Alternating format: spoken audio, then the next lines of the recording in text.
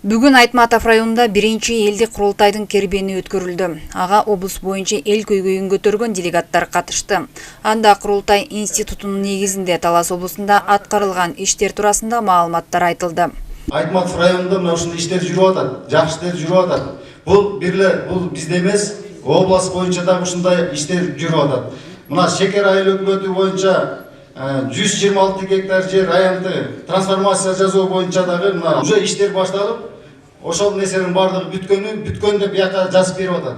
Биринчи элдик курултайга Талас облусу боюнча 74 делегат барган. Алардын ар бири 3 көйгөйлөрдү көтөрүшкөн. Президентке сунушталган көйгөйлөр өз чечимин таап, калк мүдөсү аткарылып, элдик курултай өз жемишин берип жатканын делегаттар билдиришет. Талас Покровка жолун асфальттоо жана ошондой эле кеңейтүү маселеси болгон. Экинчиси жайылган айылына суу экинчи канал менен алып кеткенге деп сунуштаганбыз. Ушул вопростордун баардыгы чечилип жатат.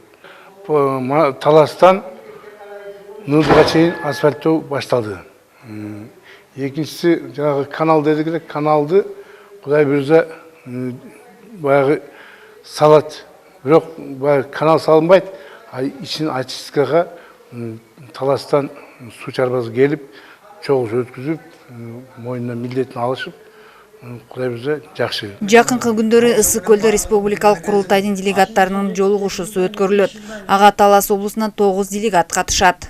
Дамба маселеси деп айтып кеттим.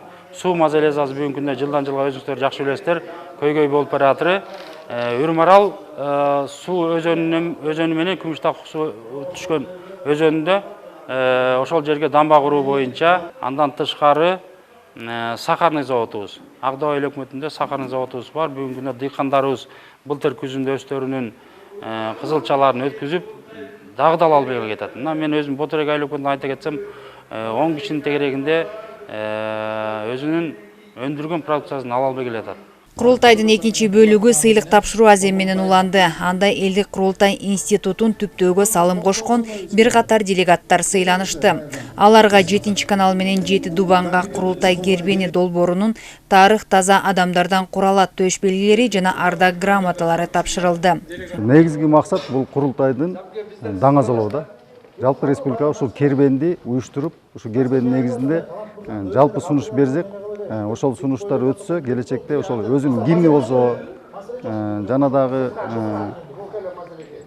төш белгиси болсо, анан сыйлыгы болсун деп ушул таза тарых таза адамдардан куралат деген сыйлыкты да ошо элдик сыйлык кылып курултайдын сыйлыгыбызда деген сунуштар менен өттү да. Кийинки мыйзамга ушулар кирип калса, биз өзүбүздүн курултайыбызды түп ордун түптөп калабыз деген максатта иш алып барып атабыз. Мындан ары райондордо жергиликтүү курултайларды өткөрүү демилгеси көтөрүлдү. Бул аракет эл менен бийликтин ортосундагы ишенимди чыңдоо мүмкүнчүлүгүн түзүп, облустун өнүгүүсүндө эри шаркак биримдикте иштешүүгө жол ачат. Чолпан Сабитова, Мелис Элибесов, Зина Ахматова, Айтматов району.